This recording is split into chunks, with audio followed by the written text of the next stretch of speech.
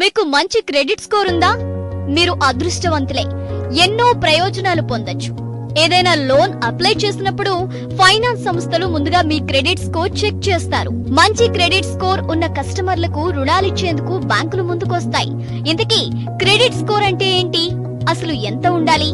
మంచి credit score ఉందా లేదా ఎలా లెక్కిస్తారో తెలుసుకుందాం. క్రెడిట్ బ్యూరో మీ గత క్రెడిట్ హిస్టరీ తిరిగి ఎలా చెల్లిస్తున్నారనే దానిపై ఆధారపడి ఉంటుంది. సకాలంలో గడువు తేదీకి ముందే క్రెడిట్ బిల్లులు చెల్లిస్తూ పోతే వారి క్రెడిట్ స్కోర్ బాగా పెరుగుతుంది. క్రెడిట్ స్కోర్ సాధారణంగా 300 నుంచి 900 మధ్య ఉంటుంది. 900 అత్యధిక స్కోర్ గా లెక్కిస్తారు. అధిక స్కోర్ కలిగి ఉంటే మీ పట్ల బ్యాంకులు, ఫైనాన్స్ సంస్థలు నమ్మకంగా ఉంటాయి. సాధారణంగా మీరు ఏదైనా లోన్ కోసం అప్లై చేస్తే బ్యాంకులు ఆమోదించడానికి 750 లేదా అంతకంటే ఎక్కువ స్కోరు ఉంటేనే ఆమోదిస్తారు. మీ క్రెడిట్ స్కోర్ ను లెక్కించడంలో ముఖ్యమైన 5 అంశాలు తప్పనిసరిగా తెలుసుకోవాల్సిందే. అవేంటంటే, మొదటిది మీ రీపేమెంట్ హిస్టరీ బాగుండాలి. తీసుకున్న రుణాన్ని సకాలంలో తిరిగి చెల్లించాల్సి ఉంటుంది.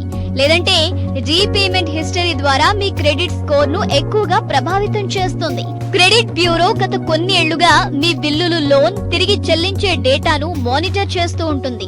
నెలవారీ ఈఎంఐలు ఎలా చెల్లిస్తున్నారో ప్రతి ఒక్కటి వారు నిశితంగా పరిశీలిస్తూ ఉంటారు. ఈఎంఐలు లేదా క్రెడిట్ కార్డు బకాయిలు ఆలస్య చెల్లింపు మీ స్కోర్ ను 100+ పాయింట్ల వరకు తగ్గించే అవకాశం ఉంది. రెండోది మీ క్రెడిట్ వినియోగ నిష్పత్తి అంటే సియుఆర్. సియుఆర్ అనేది క్రెడిట్ కార్డ్ పరిమితి 1 నెలలో ఉపయోగించొచ్చు. ఈ నిష్పత్తి మీ క్రెడిట్ స్కోర్ పై పెద్ద ప్రభావాన్ని చూపుతుంది.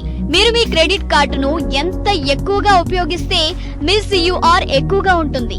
ఇదే మీ క్రెడిట్ స్కోర్ ను తగ్గించడంలో ప్రభావం ఎక్కువగా ఉంటుంది. సియుఆర్ ను 30% ఉంచాలని, క్రెడిట్ కార్డు బకాయిలను పూర్తిగా సకాలంలో చెల్లించేలా చూడాలి. ఇక మూడోది క్రెడిట్ అకౌంట్లు ఎక్కువగా ఉండటం. మీ సిబిల్ స్కోరు మీ రుణ పోర్ట్ఫోలియోపై ఆధారపడి ఉంటుంది. మీ రుణ పోర్ట్ఫోలియోలో సెక్యూర్ లోన్లు, అన్సెక్యూర్ లోన్ల శాతాన్ని బట్టి ఉంటాయి. మీ క్రెడిట్ స్కోర్ పై తక్కువ ప్రభావాన్ని చూపుతుంది. ఎక్కువ రకాల క్రెడిట్ కార్డులను వాడితే మంచి కంటే చెడు ఎక్కువగా ఉండొచ్చు. ఫలితంగా అధిక క్రెడిట్ స్కోర్ కు దారితీస్తుందని శెట్టి అన్నారు.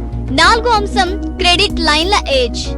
మీ బకాయిలను సకాలంలో తిరిగి చెల్లిస్తే ఎక్కువ కాలం క్రెడిట్ ను బాధ్యతాయుతంగా ఉపయోగించారని బ్యాంకులు భావిస్తాయి. ఇక 5వ అంశం క్రెడిట్ స్కోర్ కోసం ఎంక్వైరీలు చేయడం. మీరు కొత్త క్రెడిట్ కార్డ్ లేదా రుణం తీసుకున్న ప్రతిసారి లేదా ఇప్పటికే ఉన్న రుణాన్ని రీఫైనాన్స్ చేయడానికి చూస్తున్నారా?